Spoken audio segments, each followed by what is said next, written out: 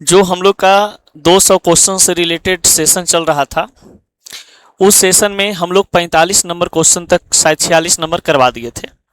आज हम लोग का ये सेकंड लेक्चर है, जिसमें हम लोग देखेंगे कि 10th क्लास साइंस से जितने भी वीवीआई क्वेश्चन आते हैं, ठीक ना, तो उससे कम समय में आपको ज़्यादा से ज़्यादा ऑब्जेक्टिव क्वेश्चन करवाने के लिए इस प्रकार का मतलब हैंड रिटेन नोट्स आप लोग के लिए लाए हैं, जो कि आपको एकदम आसानी से याद करवा देगा। ठीक ना, आप पहले एक बार स्क्रीनशॉट ले लो और अपने कॉपी में लिख लो। ठीक ना, क्वेश्चन नंबर 46 से लेकर के 54 तक नजर आ रहा है।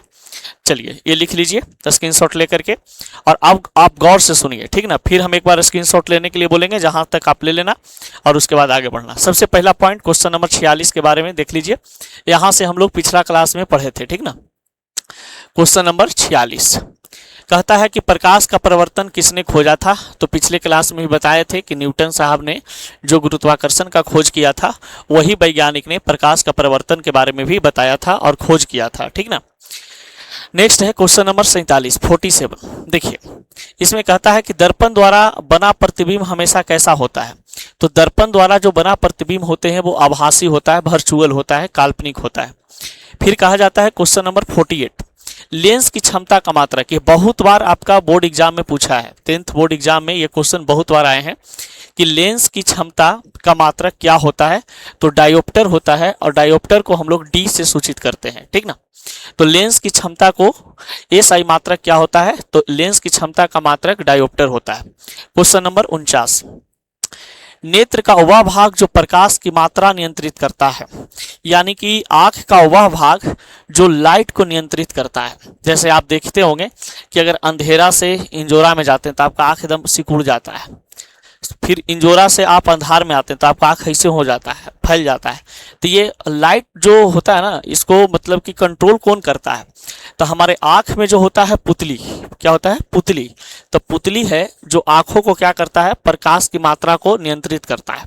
तो आप यहाँ पर क्वेश्चन नंबर 49 को देख सकते हैं। क्वेश्चन नंबर 50 जीवों में वंशानुगत गुण किसके द्वारा नियंत्रित होते हैं। बहुत इंपॉर्टेंट क्वेश्चन है बाबू, इसको एकदम लिख लो अच्छा से। ठीक ना, समझ लो।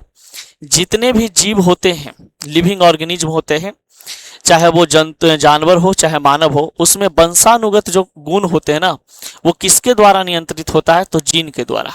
किसके द्वारा नियंत्रित होता है, जीन के द्वारा नियंत्रित होते हैं। रक्त में लाल रंग किसके कारण होता है, हीमोग्लोबिन के कारण। और रक्त की कमी से कौन सा रोग होता है, तो एनीमिया रोग होता है।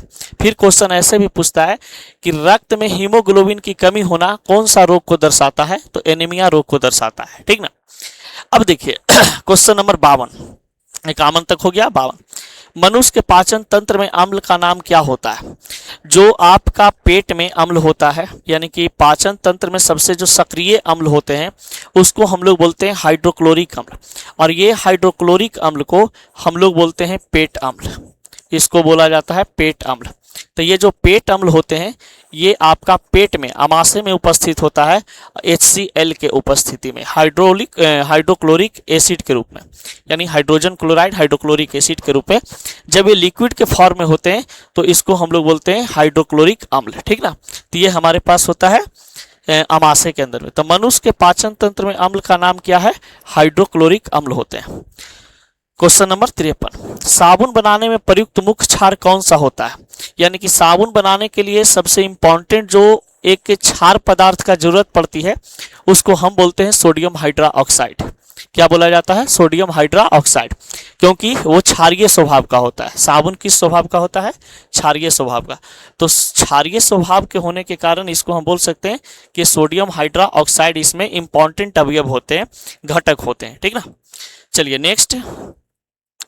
नेक्स्ट यहाँ पे आते हैं हम लोग और देखते हैं क्या यहाँ पे बोल रहा है। क्वेश्चन नंबर आप यहाँ पे देख लो। चलिए यहाँ तक हम लोग देख लिए थे। हाँ चलिए नेक्स्ट देखिए, सबसे हल्की धातु कौन सी होती है।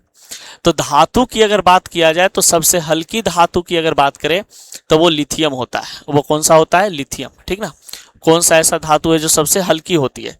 तो सबसे हल्की धातु जो होता है वो लिथियम होता है। कौन होता है? लिथियम।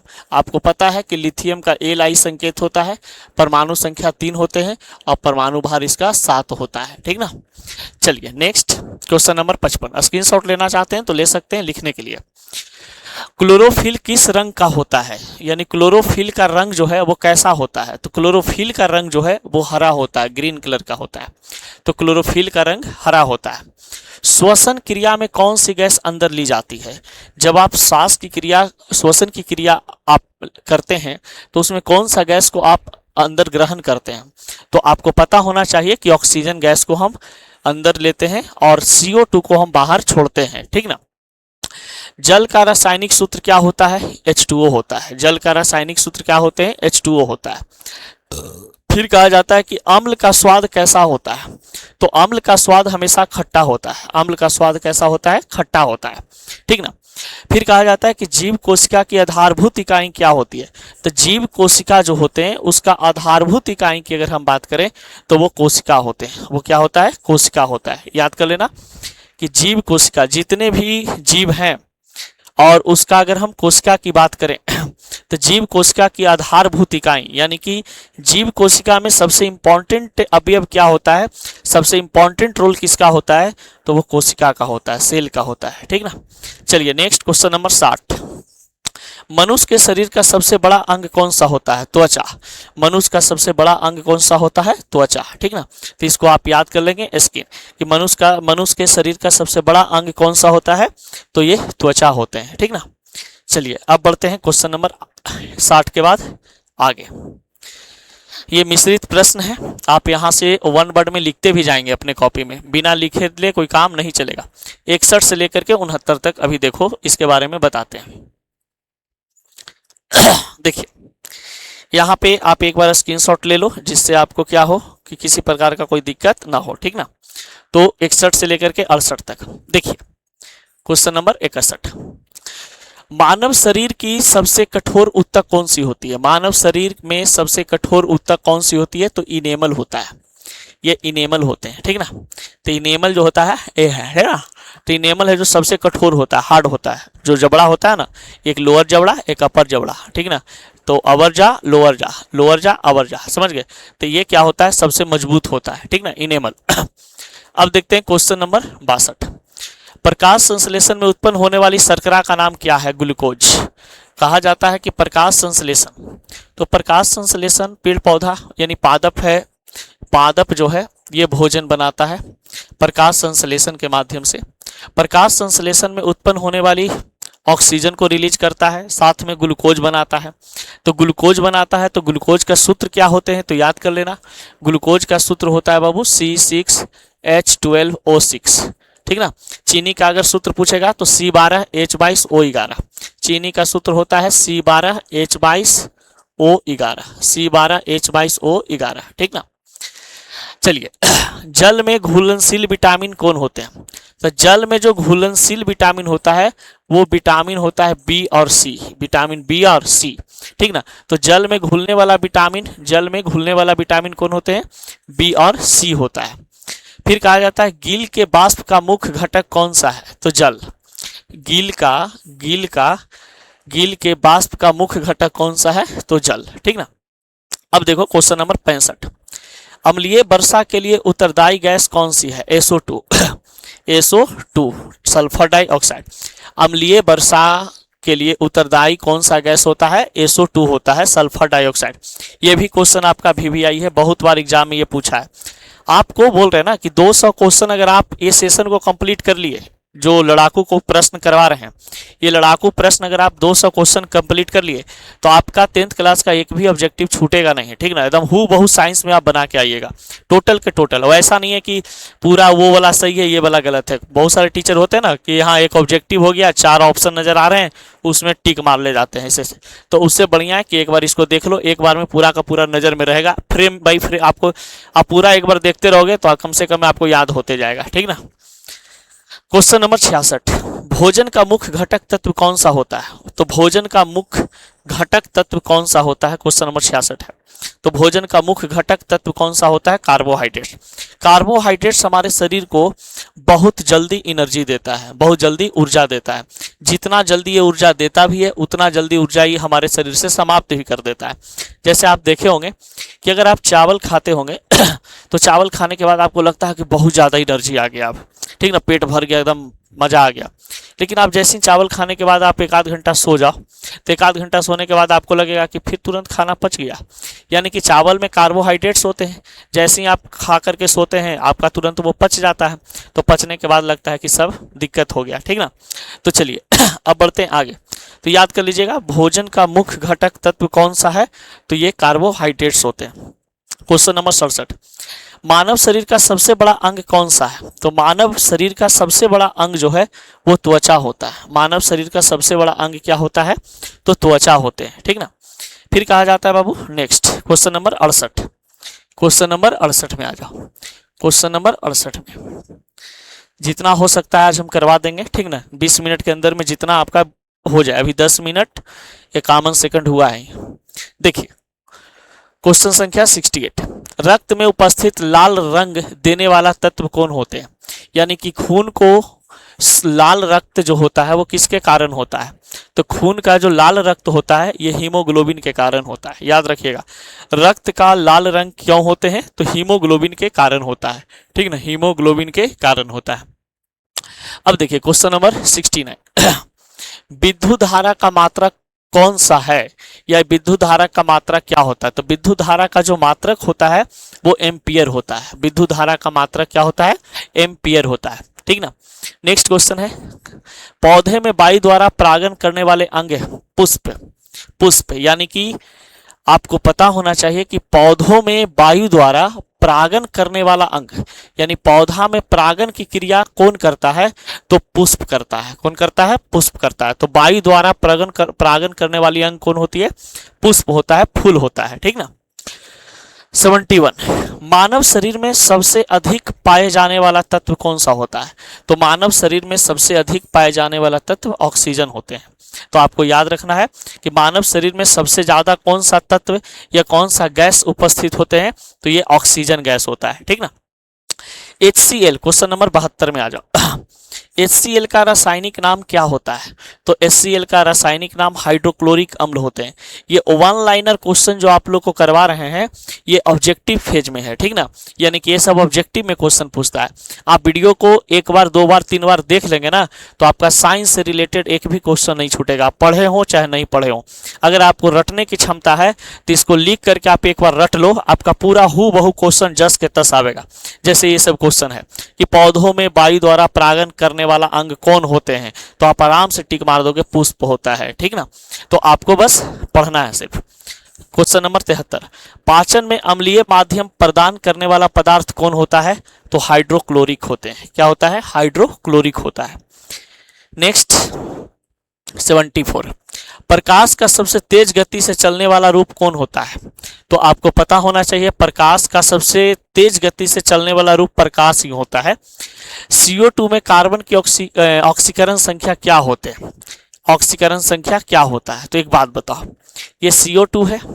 अब आपको बता देते हैं, समझ लो। CO2 कहने का मतलब है बाबू ये होता है carbon dioxide. Carbon dioxide, carbon dioxide CO2 होता है। हम लोग जानते हैं कि एक ऑक्सीजन का चार्ज -2 होता है, तो 2 ऑक्सीजन का कितना हो जाएगा? -4। अब कितना इसका हम वैल्यू यहाँ पे लिखेंगे, कितना वैल्यू लिखेंगे कि कट के 0 आ जाएगा, तो +4 लिखेंगे, +4 हो गया, ठीक ना। यानी कि याद कर लेना CO2 में कार्बन का ऑक्सीकरण संख्या 4 होता है, +4 होता है, ठीक ना। चलिए नेक्स्ट क्वेश्चन आते हैं 76, क्वेश्चन नंबर 76, ठीक ना, one word answer. Question number 76, 76, मलाशय का कार्य क्या है? मल संग्रह करना। मलाशय का काम क्या होता है? मलाशय का काम क्या होता है? मल को संग्रह करना। एक बार आप स्क्रीनशॉट ले लो इसका, ठीक ना। चलिए अब देखिए मलाशय का कार्य क्या है? तो मल संग्रह करना। नेक्स्ट क्वेश्चन है आपका 77 में बोल रहा है कि मानव शरीर में लाल रक्त कोशिकाओं का जीवन काल कितना होता है। तो आपको पता होना चाहिए कि मानव शरीर में, ह्यूमन बॉडी में आरबीसी का यानी कि रेड ब्लड सेल की अगर हम बात करें तो आरबीसी का जीवन काल कितना होता है, तो 120 दिन का होता है। ये बहुत बार रिपीटेड क्वेश्चन है, पूछा भी है, ठीक ना। क्वेश्चन नंबर 77 इंपॉर्टेंट है कि मानव शरीर में लाल रक्त कोशिकाओं का जीवन काल कितने दिन का होता है, 120 दिन का। याद रखिएगा, इंपॉर्टेंट है, ठीक ना। चलिए ये क्वेश्चन देखिए, बहुत बार पूछा है, मानव हृदय में कक्षों की संख्या कितनी होती है, 4, ठीक ना। 2 आलिंद होता है, 2 निलय होते हैं, ठीक ना। 2 आलिंद होता है और 2 निलय होता है, यानी कि मानव हृदय के कक्षों की संख्या कितना होते हैं, तो 4 होते हैं। कितनी होती है, तो ये 4 होता है, ठीक ना। चलिए क्वेश्चन नंबर 79, पादपों में भोजन का निर्माण किस प्रक्रिया से होता है, तो पेड़ पौधा में भोजन किस रूप से बनते हैं, आपको पता होना चाहिए, प्रकाश संश्लेषण से बनता है। क्वेश्चन नंबर 80, पादप कोशिका में ऊर्जा का भंडार किस रूप में होता है, तो पादपों में जो भोजन पेड़ पौधा बना करके अपना भोजन जो संचित करता है वो स्टार्च के रूप में करते हैं, ठीक ना। स्टार्च के रूप में वो रखे रहता है, ठीक ना। तो अपना भोजन पादप कोशिका में ऊर्जा का भंडार किस रूप में होता है, तो स्टार्च के रूप में होते हैं। याद रखना, पादप कोशिका में ऊर्जा का भंडार किस रूप में होता है, तो स्टार्च के रूप में होते हैं। क्वेश्चन नंबर 81, विद्युत धारा की एसआई इकाई क्या होता है। अभी जस्ट बताए थे कि विद्युत धारा का एसआई यूनिट एम्पियर होते हैं और इसको हम लोग ए से डिनोट करते हैं। क्या चीज से डिनोट करते हैं, ए से डिनोट करते हैं।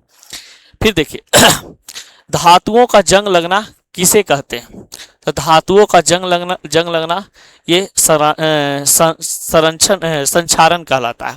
ये क्षरण बोल सकते हैं या तो फिर कहा जाता है कि ये संक्षारण कहलाता है। क्या कहलाता है, संक्षारण कहलाता है, ठीक ना।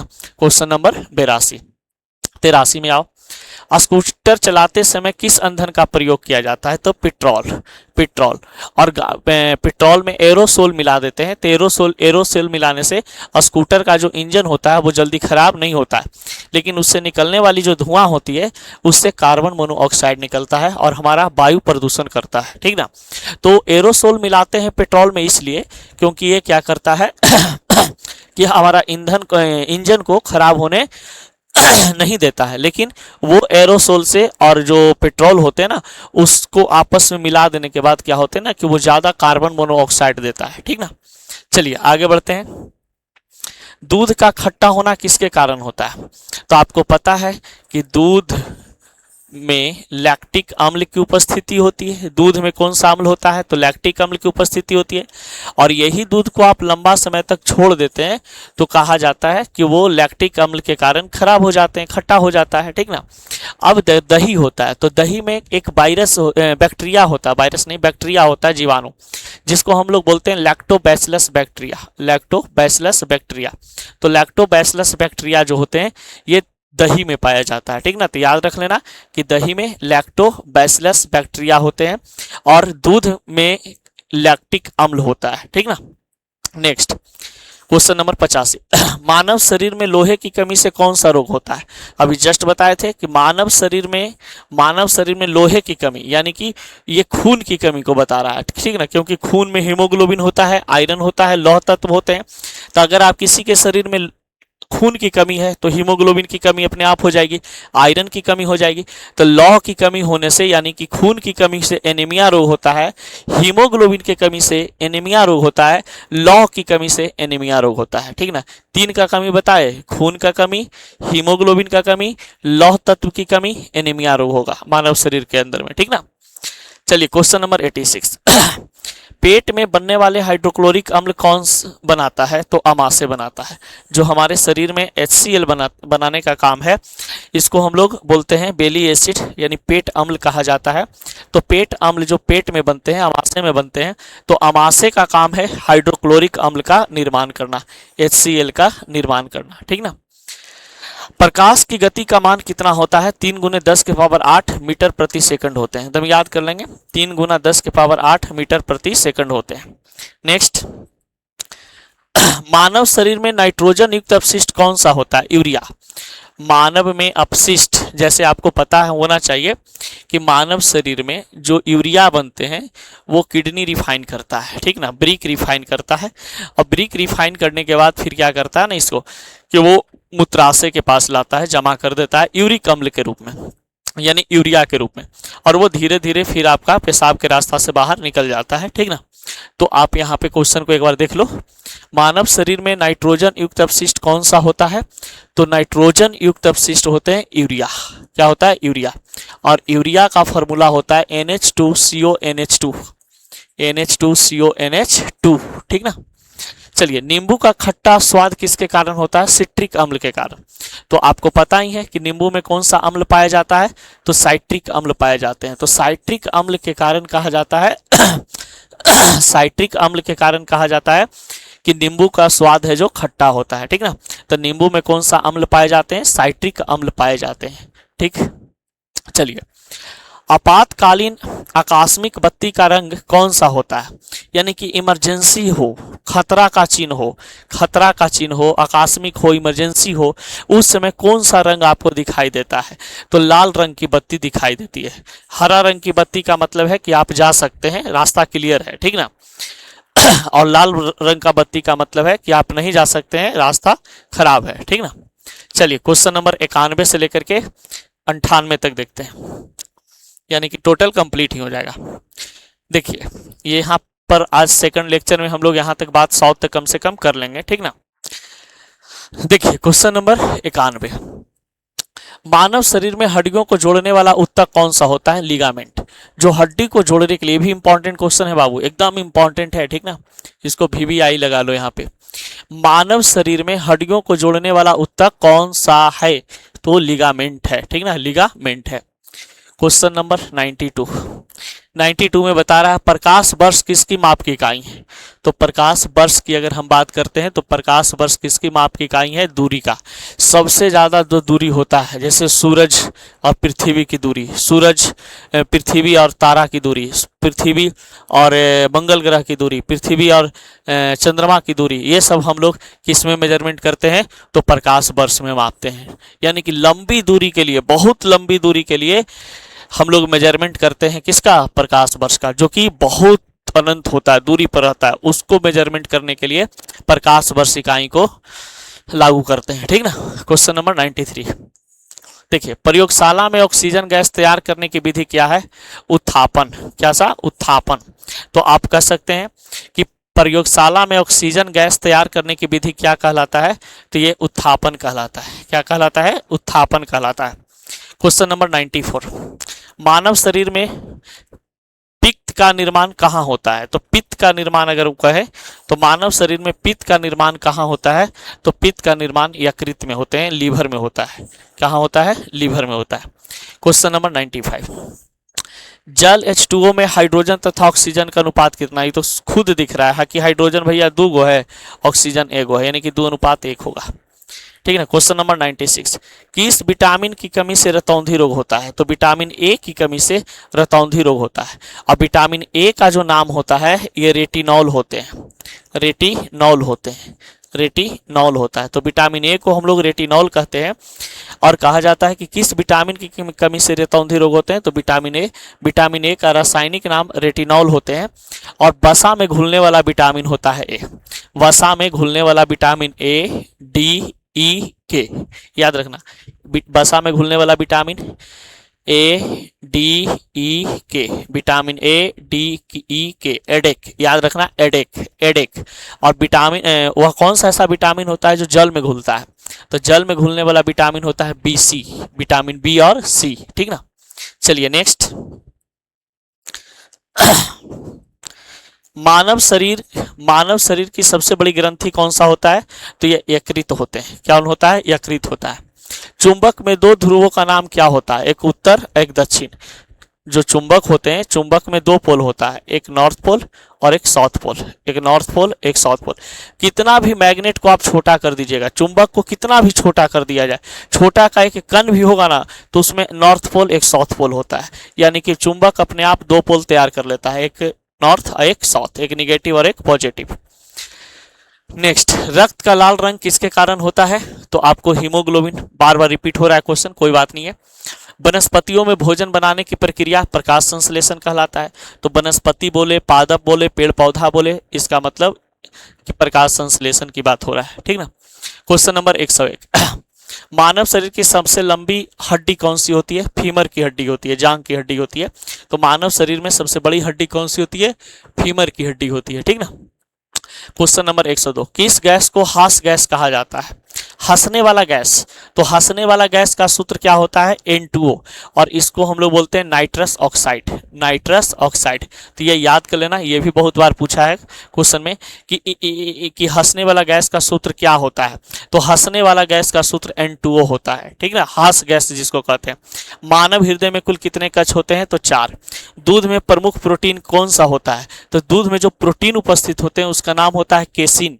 दूध में जो प्रोटीन पाया जाता है उस प्रोटीन का नाम होता है केसिन। तो आपको याद रखना है केसिन प्रोटीन होता है। पृथ्वी पर दिन और रात होने का कारण क्या है? घूर्णन गति। पृथ्वी पर दिन और रात होने का पीछे क्या रीजन है? घूर्णन गति। चलिए क्वेश्चन नंबर 105 तक आपको हम सेकंड लेक्चर में करवा दिए। ये दूसरा लेक्चर था ये ऑब्जेक्टिव क्वेश्चन का, जो कि 200 क्वेश्चन है। 200 क्वेश्चन में हम बात कर लेंगे, यहाँ पे 105 तक कर लिए हैं, 2 लेक्चर और लगेगा, इसमें 105 से आगे करवा देंगे 150 तक, फिर 150 से 200 तक। फिर अगर ये 200 क्वेश्चन का जो सीरीज चल रहा है इसको अगर आप देख लेते हैं मात्र 4 वीडियो, तो आपका पूरा ऑब्जेक्टिव साइंस से रिलेटेड कंप्लीट हो जाएगा, ठीक ना, जिसमें फिजिक्स भी आएगा, केमिस्ट्री भी आएगा, बायोलॉजी भी आएगा। टोटल का टोटल ऑब्जेक्टिव क्वेश्चन आपका डील हो जाएगा, कहीं बाहर से क्वेश्चन आपका नहीं आएगा, ठीक ना।